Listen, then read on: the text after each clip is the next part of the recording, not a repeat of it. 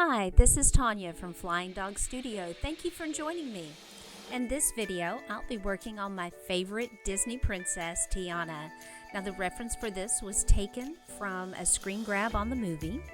And in the beginning stages here, you can see that I'm doing some gesture drawing to get the shape of the princess just right.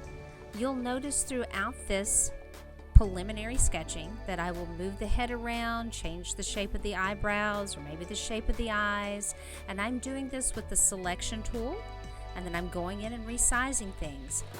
For my gesture drawing, I like to use the Derwent pencil found in your sketching brushes.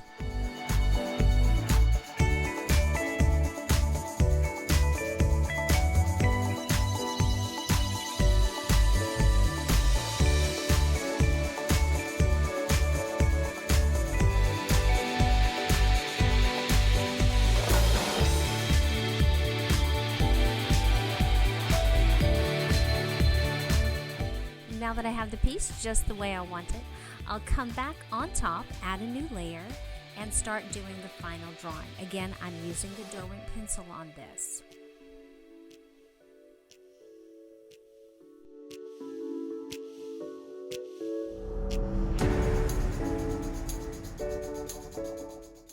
Now that the drawing is finished, I've added another layer that I'm going to be putting the shading on.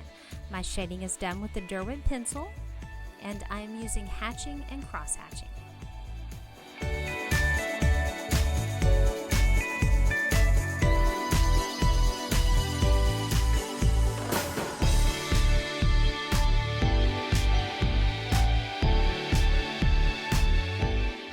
As you are working on the shading for a project like this, you're going to want to keep your opacity about half on that pencil so that you can come back on top and do additional hatching and cross hatching and get all of the shading details.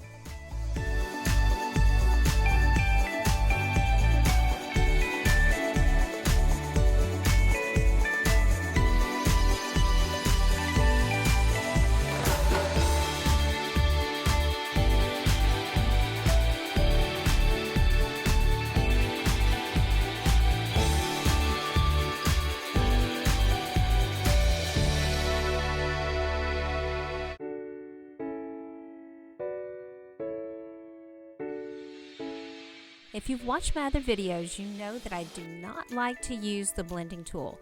I did, however, use it on the front of her dress here. I got all of the hatching on the front. I used the blending tool and then came back and put some lighter hatching on top of that.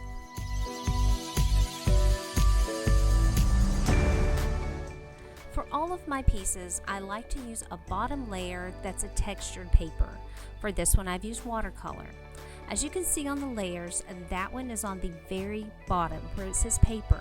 As we come up, you can see my color layers, then I have drawing and shading, and finally my signature stamp is on top.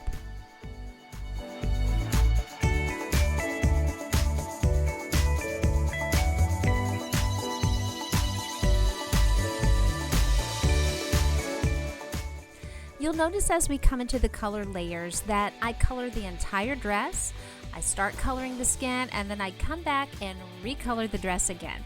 That's because I love the brush that I used on the skin, and I wanted to recreate that texture on the skirt as well.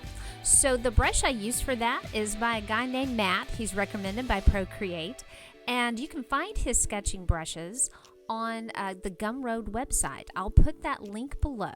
Now, the brush I used of his was the Watercolor Fill brush. Be certain to stay to the end of the video and take a look at the suggested videos on the end. I will put videos in there that will help you with some of the techniques you saw today. Thanks so much.